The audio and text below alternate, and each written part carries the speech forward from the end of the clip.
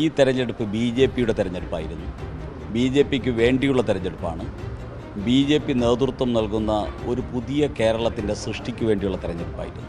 ഇപ്പോൾ രാജീവ് ചന്ദ്രശേഖർ നേതൃത്വം നൽകിയ വികസിത കേരളം എന്ന് പറയുന്ന ക്യാമ്പയിൻ്റെ പിന്നണിയിൽ ചേരാൻ കേരളത്തിലെ മുഖ്യമന്ത്രിക്കും പ്രതിപക്ഷ നേതാവിനും സാഹചര്യമുണ്ടായെങ്കിൽ അതാണ് BJP കേരളത്തിലുണ്ടാക്കിയ ഏറ്റവും വലിയ മാറ്റം.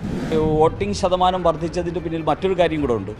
ഇടതുപക്ഷ സർക്കാർ നശിക്കണം എന്ന് പറയുന്ന ജനതയുടെ ഒരു വികാരത്തിൻ്റെ പ്രകടനവും പ്രതിഫലനവും കൂടിയാണ്. ഇന്ത്യയിലെ ഏറ്റവും വലിയ ക്രിസ്ത്യൻ പാർട്ടി BJPയാണ്. ഏറ്റവും കൂടുതൽ ക്രിസ്ത്യൻ MLAമാരുള്ള പാർട്ടി BJPയാണ്. എല്ലാ ക്രിസ്ത്യൻ സംസ്ഥാനങ്ങളും ഭരിക്കുന്ന പാർട്ടി BJPയാണ്. അതുകൊണ്ട് ഞങ്ങൾക്ക് ഇനി ക്രിസ്ത്യൻ ഔട്ട്റീച്ച് നടത്തേണ്ട ആവശ്യമില്ല. ക്രിസ്ത്യാനികൾ BJPയുടെ പാർട്ട് ആൻഡ് പാർട്സിലാണ്. എല്ലാ അർത്ഥത്തിലും BJPക്കാരാണ് ക്രിസ്ത്യാനികൾ.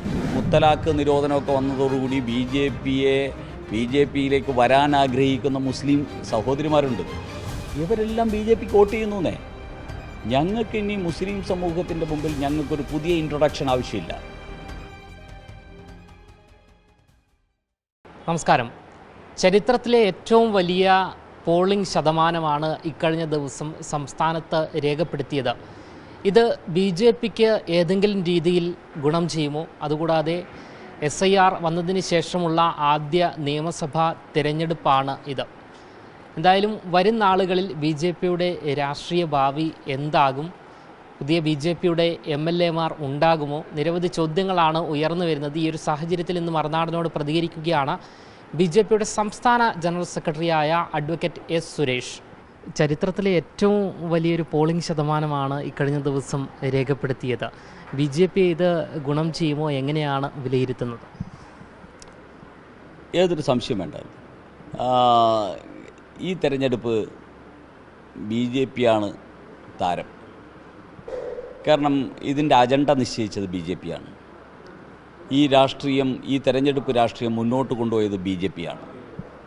ഈ തെരഞ്ഞെടുപ്പിലെ ഏറ്റവും വലിയ ഗുണഭോക്താക്കളും BJP തന്നെ ആയിരിക്കും. അതുകൊണ്ട് ഈ തെരഞ്ഞെടുപ്പ് BJPയുടെ തെരഞ്ഞെടുപ്പായിരുന്നു. BJPക്ക് വേണ്ടിയുള്ള തെരഞ്ഞെടുപ്പാണ്. BJP നേതൃത്വം നൽകുന്ന ഒരു പുതിയ കേരളത്തിൻ്റെ സൃഷ്ടിക്ക് വേണ്ടിയുള്ള തെരഞ്ഞെടുപ്പായിരുന്നു. നമ്മൾ ആദ്യം മുതലേ തന്നെ നോക്കൂ. കാരണം ഞങ്ങൾ ഒരു വർഷം മുമ്പ് ശ്രീ രാജീവ് ചന്ദ്രശേഖർ കേരള സമൂഹത്തിൻ്റെ മുമ്പിൽ വികസിത കേരളം എന്നൊരു അജണ്ട വെച്ചു. അതിനുവേണ്ടി നിരന്തരമായി അതിനുവേണ്ടി പരിശ്രമിച്ചുകൊണ്ടേയിരുന്നു. ഈ തെരഞ്ഞെടുപ്പിലും അവസാനം വരെ, ഇന്ന് രാവിലെ വരെ സംസ്ഥാന അധ്യക്ഷൻ പറയുന്നത് വികസിത കേരളത്തെക്കുറിച്ചാണ്. അപ്പോൾ ഇത്തരത്തിൽ ഒരു നാടിൻ്റെ വികസനത്തിന് വേണ്ടി കൺസിസ്റ്റൻ്റായിട്ട് ഉള്ളൊരു എഫർട്ടും അതിനുവേണ്ടിയുള്ള ഒരു ക്യാമ്പയിനും ഇന്നേ വരെ കേരളത്തിൻ്റെ ചരിത്രത്തിൽ നടന്നിട്ടില്ല. ഞങ്ങൾ നടത്തിയ ക്യാമ്പയിൻ്റെ പിന്നിലേക്ക് അണിനിരക്കാൻ കേരളം ഭരിച്ച 10 വർഷം ഭരിച്ച മുഖ്യമന്ത്രി പോലും ഞങ്ങളുടെ പിന്നിൽ അണിനിരക്കേണ്ടി വന്നു.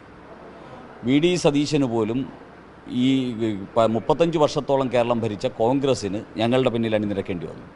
അപ്പോൾ രാജീവ് ചന്ദ്രശേഖർ നേതൃത്വം നൽകിയ വികസിത കേരളം എന്ന് പറയുന്ന ക്യാമ്പയിൻ്റെ പിന്നണിയിൽ ചേരാൻ കേരളത്തിലെ മുഖ്യമന്ത്രിക്കും പ്രതിപക്ഷ നേതാവിനും സാഹചര്യമുണ്ടായെങ്കിൽ അതാണ് BJP കേരളത്തിലുണ്ടാക്കിയ ഏറ്റവും വലിയ മാറ്റം.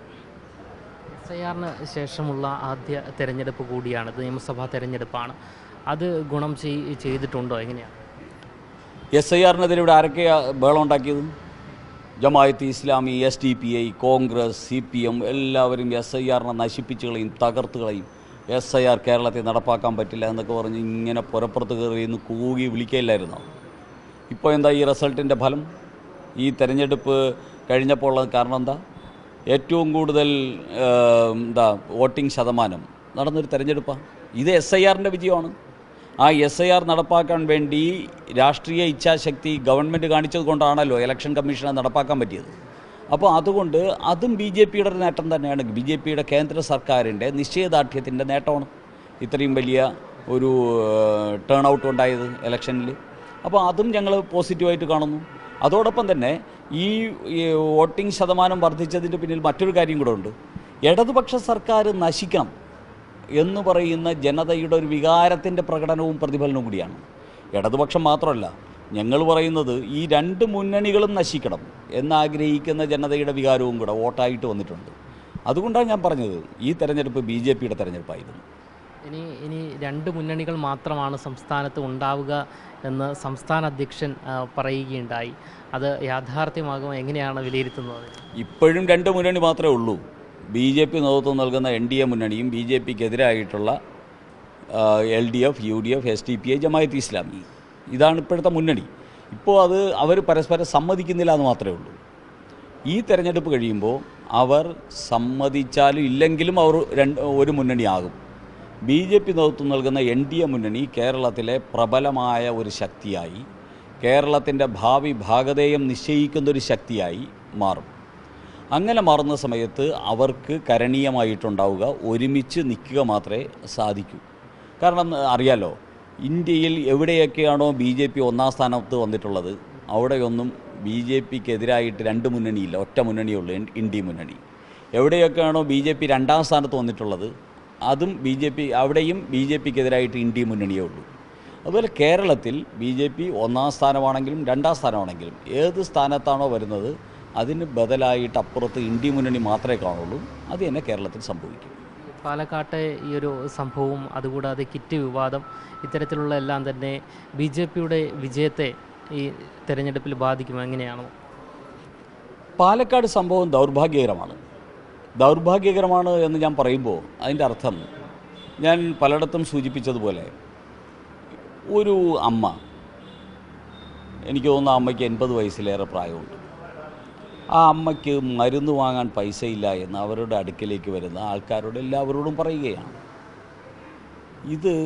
ഇവിടെ ഇതുപോലെ ക്ഷേമ പെൻഷൻ കിട്ടാത്ത അമ്മമാരെ കൊണ്ട് പിച്ചച്ചട്ടി എടുപ്പിച്ചൊരു സർക്കാരാണ് പിണറായി വിജയൻ സർക്കാർ. ആ സർക്കാരിൻ്റെ ഒരു മുഖമാണ് ഈ പാവപ്പെട്ടവനോട് കാണിക്കുന്ന ക്രൂരതയുടെ ഒരു ഉദാഹരണമാണ് ആ അമ്മ. ആ അമ്മ അങ്ങനെ ചോദിച്ചു. ആ കൂടെ വന്ന രാഷ്ട്രീയക്കാർ ഏത് രാഷ്ട്രീയക്കാരാവട്ടെ ശരി, ഒരു അമ്മയുടെ ദൈന്യതയാണല്ലോ, അമ്മയ്ക്ക് പൈസ കൊടുക്കാം എന്നൊക്കെ പറയുന്നു. ഇതിനെ രാഷ്ട്രീയവൽക്കരിച്ച് ആ അമ്മയെ, ആ ദരിദ്രയായ അമ്മയെ പൊതുസമൂഹത്തിൽ അധിക്ഷേപിക്കാനും അപഹസിക്കാനും അവഹേളിക്കാനും അവരെ ദാരിദ്ര്യത്തെ രാഷ്ട്രീയ മുതലെടുപ്പിന് വേണ്ടി ഉപയോഗിക്കാനും ചെയ്ത കോൺഗ്രസിൻ്റെ പണി അങ്ങേയറ്റം നീചമായ പണിയാണ് എന്നാണ് എനിക്ക് ആദ്യം പറയാനുള്ളത്. രണ്ടാമത്, ആ അമ്മ തന്നെ വളരെ വ്യക്തമാക്കി. അവിടെ ബി ജെ പി ഒന്നും വ്യക്തമാക്കേണ്ട ആവശ്യമില്ല. അമ്മ തന്നെ പറഞ്ഞു, ഞാൻ പൈസ ചോദിച്ചു എന്നുള്ളത് ശരിയാണ്, എനിക്ക് പൈസ തരാമെന്നും പറഞ്ഞു, പക്ഷേ അവർ പൈസ തന്നിട്ടില്ല എന്ന് പറഞ്ഞു. ഇത് അമ്മ പറഞ്ഞതോടുകൂടി ആ വിഷയം അവിടെ തീർന്നു. എന്നിട്ടും ആ അമ്മയെ കുത്തി, അമ്മയെ എടുത്തു വെച്ച്, അമ്മയുടെ ചിത്രങ്ങൾ കാണിച്ച് അമ്മയുടെ ദാരിദ്ര്യത്തെ രാഷ്ട്രീയ മുതലെടുപ്പ് നടത്താൻ ശ്രമിച്ച കോൺഗ്രസ്സിന് തക്കതായ തിരിച്ചടി പാലക്കാട്ട് ലഭിക്കും എന്നാണ് ഞാൻ വിശ്വസിക്കുന്നത്.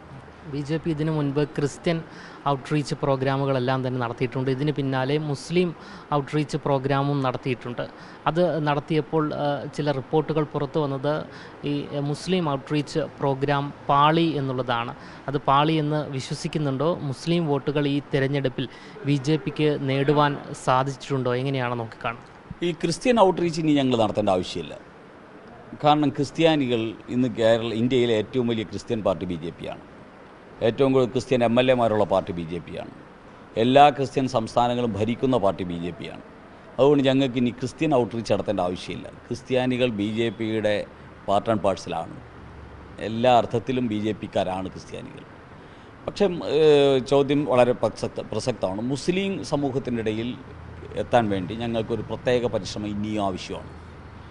പക്ഷേ ഈ തെരഞ്ഞെടുപ്പിൽ നമ്മൾ കാണുന്നത്, ഞങ്ങളാദ്യം ബി ജെ പി ഡീല് എന്നൊക്കെ പറഞ്ഞ് ഞങ്ങളെ ഒറ്റപ്പെടുത്താനും ആക്രമിക്കാനും മൂലയിലൊതുക്കാനും വേണ്ടി ഇവിടുത്തെ കോൺഗ്രസും കമ്മ്യൂണിസ്റ്റ് പാർട്ടിയും പരസ്പരം മത്സരിച്ചു. പക്ഷേ അവർക്ക് കുറച്ച് കഴിഞ്ഞപ്പോൾ മനസ്സിലായി, ഇനി ബി ജെ പിയെ വർഗീയ പാർട്ടി എന്ന് പറഞ്ഞ് മൂലയിലിരുത്താൻ സാധ്യമല്ല. കാരണം ഇവിടുത്തെ ക്രിസ്ത്യാനിയോ ഹിന്ദുവോ മുസൽമാനോ ബി ജെ പിയെ വർഗീയ പാർട്ടിയായിട്ട് കാണുന്നില്ല. ബി ജെ പിയെ വികസന പാർട്ടിയായിട്ടാണ് ഇന്ന് കാണുന്നത്. അത് എല്ലാവർക്കും വേണ്ടിയുള്ള വികസനമാണ്. അത് മനസ്സിലാക്കിയതുകൊണ്ട് പിന്നെ അതിൽ നിന്ന് പിന്തിരിയേണ്ടി വന്നു. പക്ഷേ ഞങ്ങൾ വളരെ ഇപ്പോൾ നേമത്ത് തെരഞ്ഞെടുപ്പിൽ എവിടെ എത്ര വോട്ട് ആർക്കൊക്കെ കിട്ടിയെന്നുള്ളത് ഞങ്ങൾക്കറിയാം. അപ്പോൾ ഇതിൽ മുസ്ലിം വോട്ടും ഗണ്യമായ രീതിയിൽ രാജീവ് ചന്ദ്രശേഖറിന് വന്നിട്ടുണ്ട് എന്ന് ഇന്നലെ ഞങ്ങളുടെ വിലയിരുത്തലിൽ തന്നെ ഞങ്ങൾക്ക് ബോധ്യമായി. അപ്പോൾ ഇത് ഇനി മറ്റ് അസംബ്ലികളിൽ വിലയിരുത്തപ്പെടുന്ന സമയത്ത് ഞങ്ങൾക്കറിയാം, കേരളത്തിൽ ഭാവിയെ സംബന്ധിച്ച് പ്രതീക്ഷയുള്ള, കുഞ്ഞുങ്ങളുടെ ഭാവിയെ സംബന്ധിച്ച് ചിന്തിക്കുന്ന, രാജ്യത്തിനോട് സ്നേഹമുള്ള 10,000-കണക്കിന് മുസ്ലിം സഹോദരന്മാരുണ്ട്. പ്രത്യേകിച്ച് മുത്തലാഖ് നിരോധനമൊക്കെ വന്നതോടുകൂടി ബി ജെ പിയിലേക്ക് വരാൻ ആഗ്രഹിക്കുന്ന മുസ്ലിം സഹോദരിമാരുണ്ട്. ഇവരെല്ലാം ബി ജെ പിക്ക് വോട്ട് ചെയ്യുന്നേ. ഞങ്ങൾക്കിനി മുസ്ലിം സമൂഹത്തിൻ്റെ മുമ്പിൽ ഞങ്ങൾക്കൊരു പുതിയ ഇൻട്രൊഡക്ഷൻ ആവശ്യമില്ല.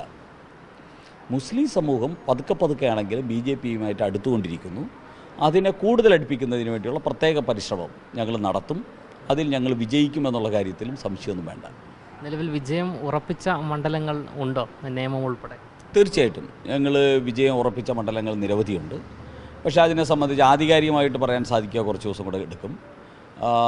എന്തായാലും ശരി, വളരെ സന്തോഷമുണ്ട്. കാരണം കേരളത്തിൻ്റെ രാഷ്ട്രീയത്തെ മാറ്റിമറിക്കാൻ പോകുന്ന ഈ തെരഞ്ഞെടുപ്പിൽ ശ്രീ രാജീവ് ചന്ദ്രശേഖരനോടൊപ്പവും അതിനു വേണ്ടിയുള്ള പ്രവർത്തനങ്ങളിൽ പങ്കാളിയാകാൻ സാധിച്ചതിൽ വളരെ സന്തോഷമുണ്ട്. എന്തായാലും ഞങ്ങൾ നേടും കേരളം, അതിൽ സംശയമില്ല. അതിനു വേണ്ടിയുള്ള തെരഞ്ഞെടുപ്പായിരുന്നു ഇന്നലെ നടന്ന തെരഞ്ഞെടുപ്പ്. എന്തായാലും BJPയുടെ MLA-മാർ ഉണ്ടായിക്കഴിഞ്ഞാൽ മോദി വീണ്ടും കേരളത്തിലേക്ക് വരുമോ? ഞെട്ടിക്കുന്ന പ്രഖ്യാപനങ്ങൾ ഉണ്ടാകാൻ സാധ്യതയുണ്ടോ? തീർച്ചയായിട്ടും നരേന്ദ്രമോദി എന്നും ഞങ്ങളോടൊപ്പം ഉണ്ടല്ലോ. നരേന്ദ്രമോദിയും അമിത്ഷായും ഒക്കെ ഈ കേരളത്തിൻ്റെ ഓരോ വിഷയത്തിലും കേരളത്തെക്കുറിച്ച് ശ്രദ്ധിക്കുകയും കേരളത്തെ ചേർത്ത് നിർത്തുകയും ചെയ്യുന്ന വ്യക്തിത്വങ്ങളാണ്.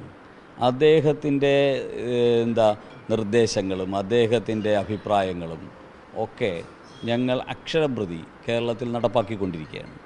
അതുകൊണ്ട് ഈ റിസൾട്ടിന് ശേഷവും നരേന്ദ്രമോദിജിയുടെ എല്ലാവിധമായിട്ടുള്ള പിന്തുണയുണ്ടാകും. അദ്ദേഹം വരും.